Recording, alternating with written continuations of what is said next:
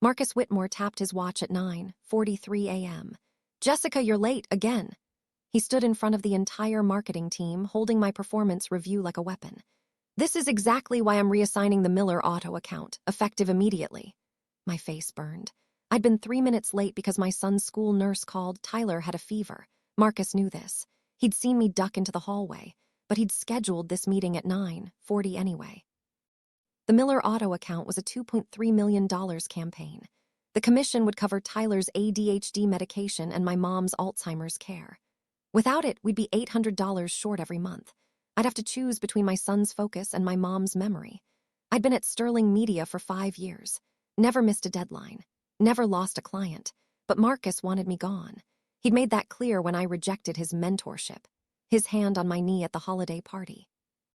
This was his revenge, public, humiliating, final. My phone buzzed in my pocket. Another call from the school. I silenced it. Marcus saw. His smile widened. See me in my office after this. We need to discuss your priorities. Marcus called me into his office at 10:15 a.m. He didn't offer me a seat. Jessica, your side hustle is affecting your performance. He slid a printed Etsy page across his desk. My shop, the Busy Bee Organics.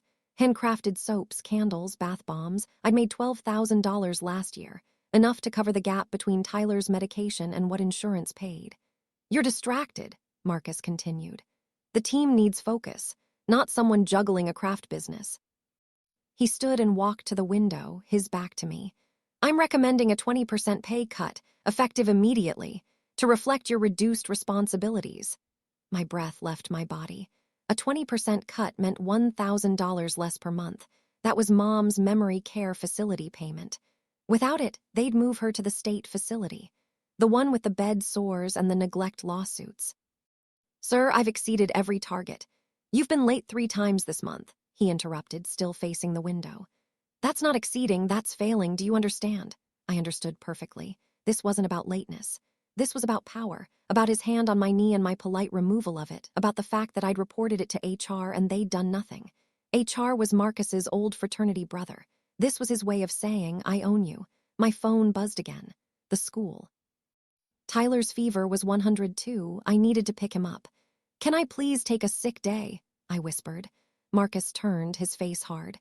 You're already on thin ice, Jessica. Leave now and don't bother coming back. I left anyway. I had to. At 10:47 a.m., I drove to school, my hands shaking on the wheel. The nurse met me at the door, holding my feverish boy. He keeps asking for you, she said softly. I bundled him into the car, gave him Tylenol, and drove home. Mom was at the kitchen table, her caregiver reading to her. She looked up when we came in. Jessica, is that you? She didn't remember my name most days, but today she did. I hugged her fragile frame. Yes, Mom, it's me. Caregiver handed me a bill. $3,200 for the month, due Friday. I looked at my bank app, $847. The pay cut wouldn't hit until next month, but I'd already lost the Miller commission. I'd counted on that money. I put Tyler to bed and sat in the kitchen staring at my Etsy shop. I'd sold 3 candles today. $45, not enough, not nearly enough. My phone buzzed. A text from my junior team member, Zoe. Jessica, call me. It's urgent. I called, she whispered. Marcus just gave the Miller Auto account to David, but David doesn't know the client, he's freaking out. David was Marcus's nephew, fresh out of college, 0 experience. The client is demanding a call with the original strategist, Zoe continued. They specifically asked for you by name. My pulse quickened. When? Tomorrow at 9 a.m. Marcus is telling them you're no longer on the account. They're threatening to walk. I smiled for the first time that day. Tell Zoe thank you. And ask her to forward me every email about this. I pulled up the Miller Auto presentation on my laptop. I'd saved everything locally. My failsafe after Marcus accidentally deleted my work once before. Every slide, every strategy, every client note. I had it all. Zoe sent the email chain at 7:23 p.m. I read it on my phone while sitting next to Tyler's bed. Miller Auto's CMO, Richard Cho, had written at 4:47 p.m. Where is Jessica? She presented the strategy. She knows our brand. We're not explaining our vision to someone new. Marcus had replied. Jessica has been reassigned due to performance issues. David is fully capable. Cho's response. Performance issues. She closed a $3 million deal for us last quarter. We're not moving forward without Jessica. This is non-negotiable. The final email, sent at 5:19 p.m.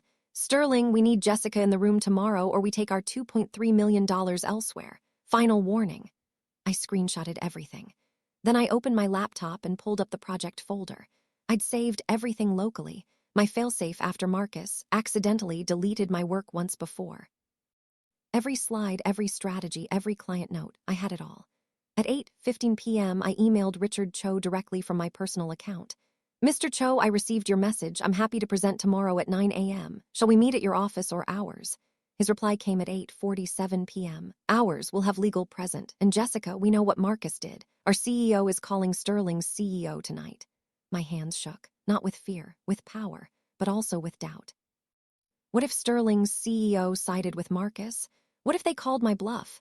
I had to prepare for that too. I opened a new folder. Insurance, I titled it. I dragged in every piece of evidence. The demotion email, the pay cut threat, the mentorship email from after the holiday party with his hand on my knee clearly described, the HR dismissal. I'd been collecting since November, knowing this day would come. I couldn't sleep. At 3:00 a.m., I got up and made coffee. Mom was awake too, wandering the hallway. Jessica, are you home? She didn't recognize her own house. I guided her back to bed. As I tucked her in, she grabbed my hand. You're a good girl. Don't let them take your light. She hadn't spoken a full sentence in months. I cried silently, holding her hand until she fell asleep. At 6:00 a.m., I showered, dressed in my best suit, and packed Tyler's lunch. He was better, fever gone, but I kept him home with the caregiver. Mom's bill was still due Friday. $3,200. I had to make this work. At 7:30 a.m., I arrived at Sterling Media. The office was quiet. Marcus was already in his office, his door closed. I could see him through the glass packing. At 8:15 a.m., the CEO, Robert Sterling himself, walked in. He never came to our floor. He went straight to Marcus's office. The door closed. I could see their shadows through the glass, raised voices, then silence. At 8:47 a.m., Sterling's assistant called me. Ms. Patel, Mr. Sterling wants to see you, now. I walked to the elevator, my heart hammering. This was it, the moment of truth or total destruction. As I rode up, I thought about Plan B. If Sterling sided with Marcus, I'd walk. Take the Miller Auto account with me. Start my own agency. I'd done it before, built a brand from scratch. I could do it again. I had the client relationships, the portfolio, the proof. I was unfireable. The realization hit me like a wave. The power had been mine all along. I'd just been too scared to use it. Robert Sterling's office took up the entire top floor. Floor-to-ceiling windows, a desk the size of my car. Marcus sat in a leather chair, looking smaller than I'd ever seen him. Sterling gestured for me to sit. Ms. Patel, I've just had a very interesting call with Miller Auto's CEO. He slid a document across the desk. They've threatened to pull all accounts unless you're reinstated. He looked at Marcus. Care to explain why you demoted our top performer? Marcus opened his mouth, but Sterling held up a hand. Actually, don't. I've seen the emails. He turned to me. Ms. Patel, I'm offering you Marcus's job, Senior VP of Marketing, his salary, his office, effective immediately. My breath left me. Sir, the Miller Auto presentation is at 9 a.m. You'll give it. Marcus will observe. Marcus shot up. Sir, you can't. I can, Sterling said coldly. And I have. Your employment is terminated for cause. HR will give you the details. 2 security guards appeared. Marcus looked at me, his face a mask of rage and disbelief. This isn't over, Jessica. They let him out. Sterling turned to me. Now, about your mother, I understand there's a financial concern.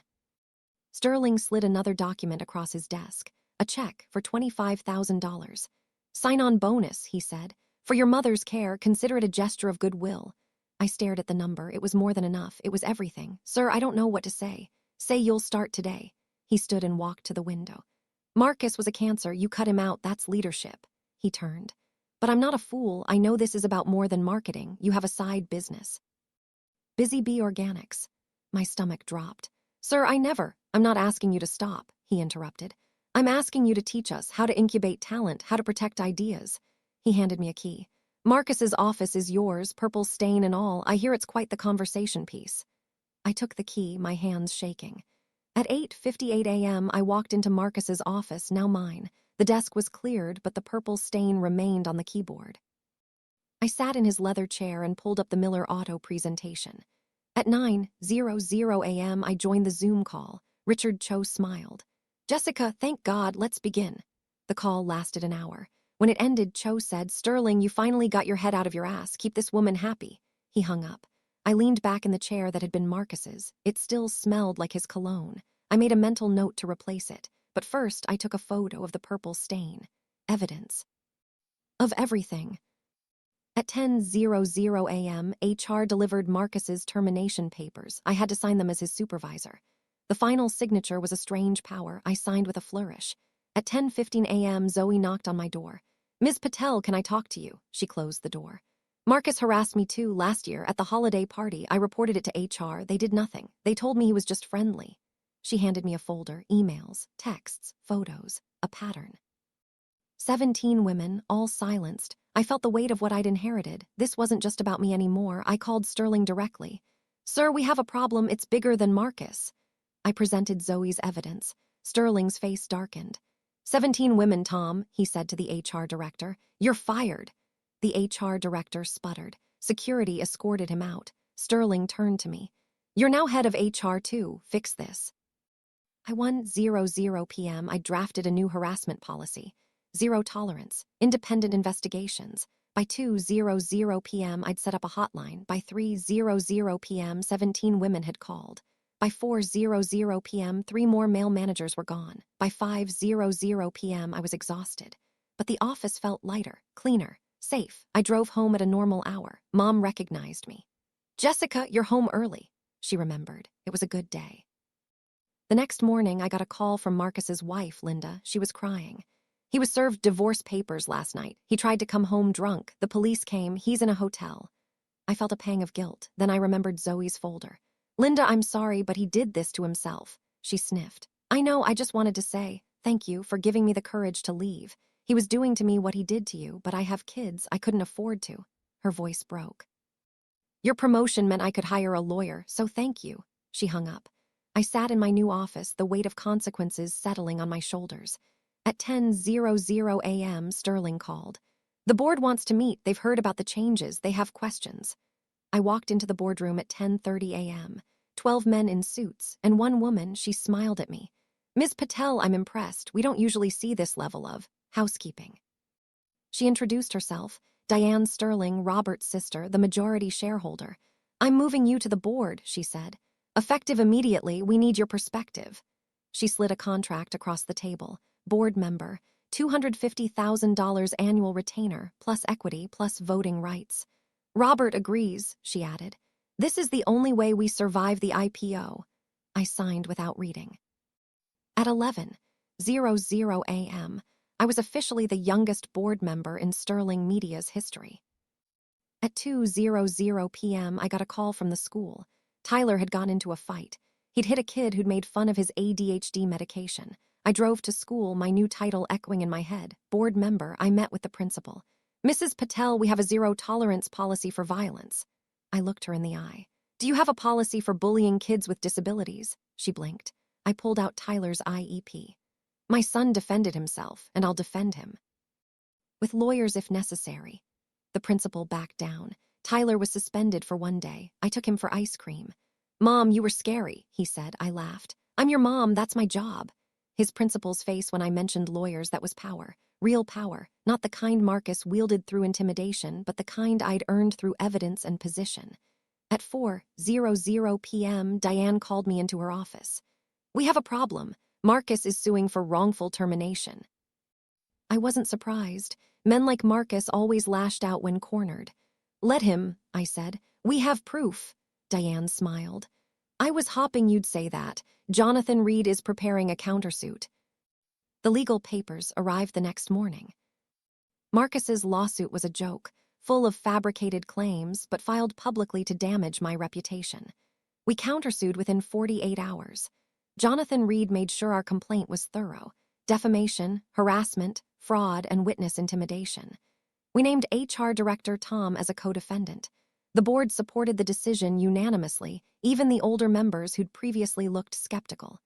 Diane told me privately, they've seen the evidence. They know this is the only way to protect the company. While the lawyers worked, I focused on Sterling Media's IPO preparation. The roadshow was exhausting, presenting to investors in 10 cities over 2 weeks.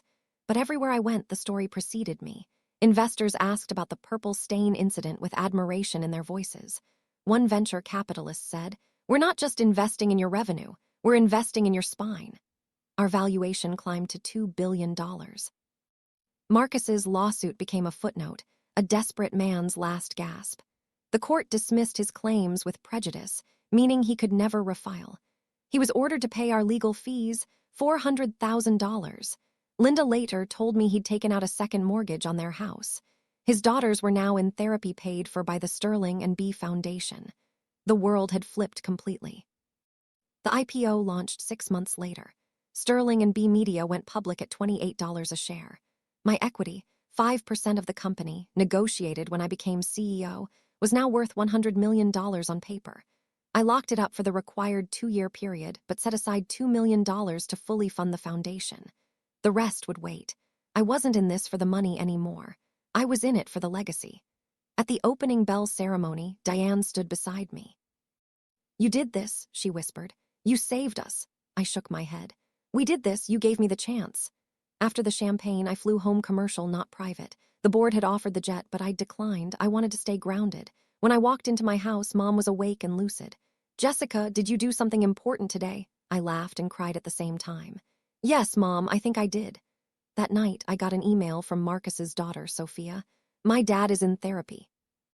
He says he's trying. I don't know if I believe him. But I wanted you to know, you didn't just change our lives, you changed his, whether he likes it or not." The story went viral a month later, not because I posted it, but because an employee did.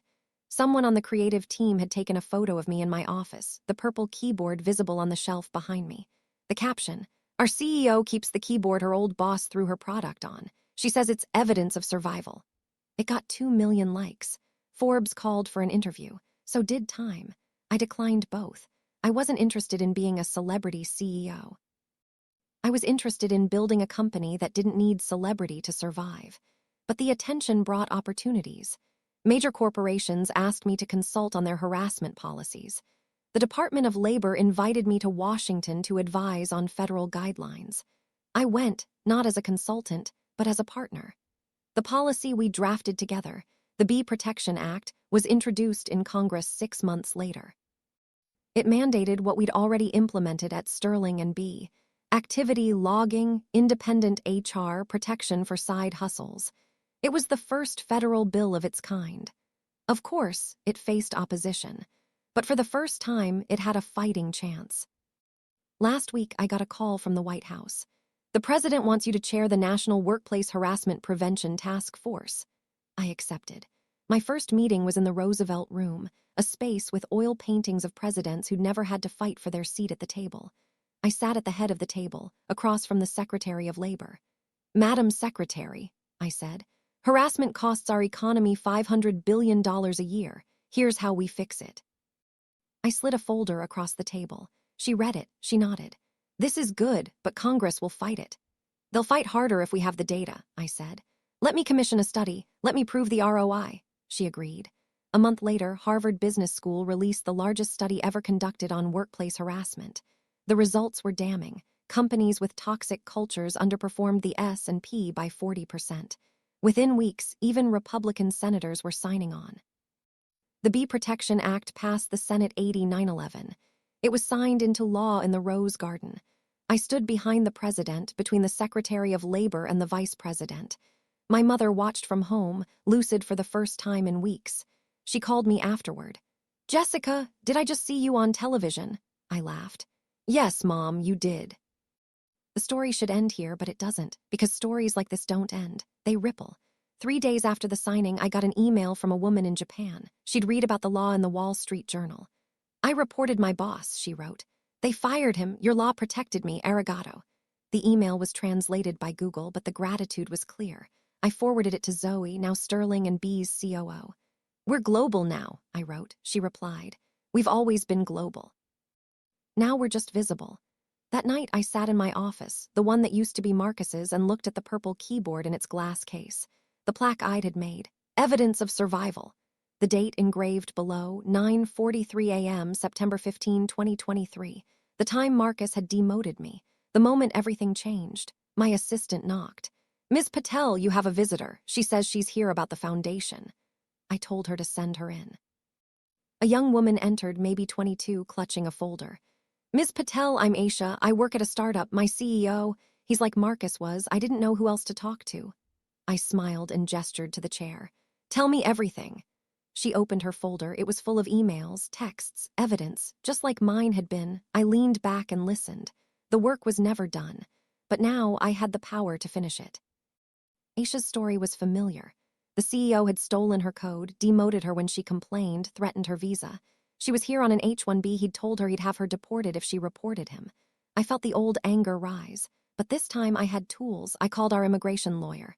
"Can we help?" He reviewed her case. "Yes, she has a U visa claim, victim of workplace crime." I asked Aisha if she'd trust me to handle it. She cried with relief. We filed the paperwork that afternoon. We reported the CEO to the Department of Labor. We documented everything. Within a week, his investors forced him to resign. Within a month, Aisha had her green card and a job offer from Sterling and B. She started as a senior developer, reporting to Zoe. At her welcome party, she gave a speech. "Ms. Patel didn't just save my career, she saved my life. She taught me that evidence is more powerful than fear." The room applauded. I didn't. I just hugged her, because that's what this was always about. Not revenge, not justice, but making sure the next person never had to fight this fight alone. The foundation hit a milestone last week, 10,000 cases resolved. 10,000 people who'd gotten their stolen work back, their stolen dignity back. We celebrated quietly. No press release, just a dinner with the team. Zoe gave a toast. "We used to be afraid of our bosses. Now our bosses are afraid of us, not because we're cruel, but because we're right." We raised our glasses. At the head of the table, I looked at these people, survivors, fighters, builders, and saw the future. It was bright. It was permanent. Later that night, I got a text from an unknown number. "You think you won? I'm writing a book." It was Marcus. I blocked him. He could write whatever he wanted. The truth was already written. In policy, in law, in the lives of 10,000 people who now knew they were unerasable. I went to bed and slept for 10 hours straight. No dreams, just peace. Museum called last month. They wanted the keyboard for a permanent exhibit on women in business. Evidence of survival would be displayed alongside Rosa Parks's bus ticket and Malala's school uniform. I almost said no. It felt too grand. Then I thought about Aisha, about Sophia, about the H-1B workers who'd emailed me from 3 continents. I said yes, but I added a condition. The plaque must read, "This keyboard was stained with soap. The woman who owned it was stained with courage." "Both are permanent," the curator cried. I was done crying. At the exhibit opening, a little girl stood in front of the case. She asked her mother, "Why is it purple?" The mother read the plaque. She looked at me, then back at her daughter. "Because someone tried to erase her and she wouldn't let him." The girl nodded. "I want to be purple too." Her mother hugged her. I walked away before they saw me cry, because that's the victory, not the CEO title, not the law, not the museum. But the purple, the permanent, unstoppable, unerasable purple. The story should end here, but it doesn't, because last night I got a call from the governor. "The president wants you to consider a cabinet position." I laughed out loud. "I'm not a politician." "Neither was the Secretary of Labor before she was appointed," he said. "Think about it, Secretary of Workplace Protection, you'd be the first." I hung up and looked at my family. At Mom, now in home care paid for by the foundation. At Tyler, thriving in school because his medication is guaranteed. At Emma, who wants to be a justice soap maker when she grows up. At Mike, who quit his job to run the foundation's legal department. I thought about what I'd have to give up. The company, the daily work, the purple keyboard. I called Diane. "What do you think?" She was quiet. "I think you can do more good there than here, but I think you'll miss this." She was right. I called the governor back. "Tell the president I'll serve, but only for 1 term, and only if I can work from here." "Sterling and B is my home." He said yes. The confirmation hearing was brutal. Senators questioned my qualifications. "You're just a soap maker," one sneered. I pulled out the Harvard Business Review study. "Just a soap maker who built a $2 billion company and wrote the law you're now enforcing." The chamber went silent. The vote was 89-11. I was confirmed. My first day in the office, I brought the purple keyboard. It sat on my desk in the secretary's office. The White House curator was horrified. "It's a museum piece." He protested. "It's a tool," I corrected. "It reminds me why I'm here." On my first day, I signed an executive order extending the B Act's protections to all federal contractors, subcontractors, and grantees. It affected 25 million workers. At 5:00 p.m., I got a text from Diane. "You did in one day what we did in 3 years." I replied. "I had a good teacher." She sent back a purple heart emoji. I screenshotted it. It's my lock screen now. The work is exhausting. The travel is brutal. But every time I think about quitting, I get an email, like the one from Aisha last week. She's now CTO of Sterling and B. "Ms. Patel," she wrote, "we just settled our 20,000th case. The woman said she'd been carrying her evidence for 15 years. She didn't know she could fight until she saw your keyboard on TV." I cried at my desk in the secretary's office. A Marine guard knocked. "Ma'am, are you okay?" I wiped my eyes.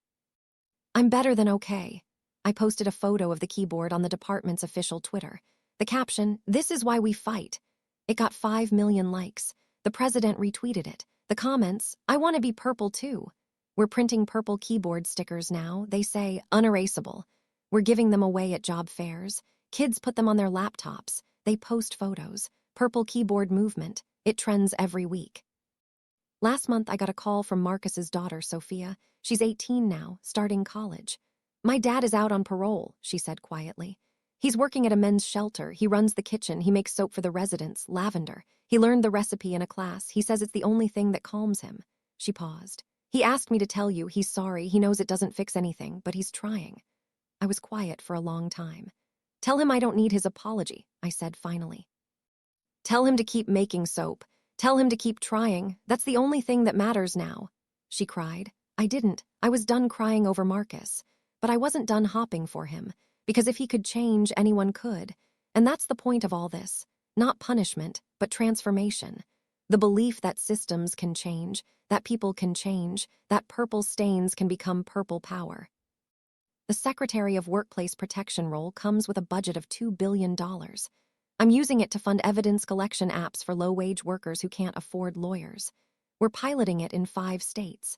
The early data is staggering. 500,000 people have already logged violations. We're investigating 10,000 cases. We're winning 95% of them, because the evidence is irrefutable, because the system works, because we've made it impossible to hide. At a press conference last week, a reporter asked, "Ms. Secretary, what's your ultimate goal?" I didn't have to think. "To make myself obsolete," I said. "To build a world where no one needs a Secretary of Workplace Protection because protection is built into every workplace." The clip went viral. The hashtag, #MakeHerObsolete. It's the nicest thing anyone's ever trended about me. Yesterday, I got a package at the office. No return address. Inside was a cheap USB drive and a note. "I have proof the President's Chief of Staff is deleting female staffers' work. Meet me at the cafe on 5th and Main. Tomorrow, 10 a.m. My blood ran cold, then hot. This was bigger than anything I'd faced. This was the White House, but the pattern was the same. The tools were the same. The courage was the same. I called my chief of staff. "Clear my morning, I have a meeting." At 10:00 a.m., I walked into the cafe. A young woman sat in the back. She looked terrified. "Madam Secretary," she whispered, "I'm Aisha. I work in the Oval Office." She opened her laptop. The evidence was there, screenshots, logs, deleted files. She'd been tracking it for months. I took her hand. "You're not alone anymore." We called the FBI. We called the Justice Department. We called the press. By noon, the chief of staff was resigning. By 3:00 p.m., the president was addressing the nation. By 5:00 p.m., Aisha was the new chief of staff, the youngest in history, the first black woman. She started her tenure by posting a photo on Instagram, her laptop with a purple keyboard sticker. The caption, "Unerasable." So here's the thing about demotion. Everyone wants the moment you walk back into the room, sit in the boss's chair, and smile. I had that moment. It was sweet, but it wasn't the victory. The victory was this: the next person who gets demoted unfairly will have a system to fight back. They'll have evidence. They'll have protection. They'll have me, not as avenger, but as architect. I built the fortress. I made the rules. I changed the game. Marcus mocked my side hustle. Then he had to buy my product to keep his job. But the real win, he had to buy it because I'd made it the only thing that could save him. And by the time he realized that, I'd already won. The purple stain on my keyboard is now in the Smithsonian. The plaque reads, "Jessica Patel, Secretary of Workplace Protection, built a system so no one could be erased again." Below it, a smaller plaque in my handwriting. Demotion is temporary. Dignity is permanent. I visit it sometimes. Not to remember Marcus, but to remember the woman who sat in that chair and said, "No." She was scared. She was tired. She was broke. But she was right. And right is a force that can't be demoted.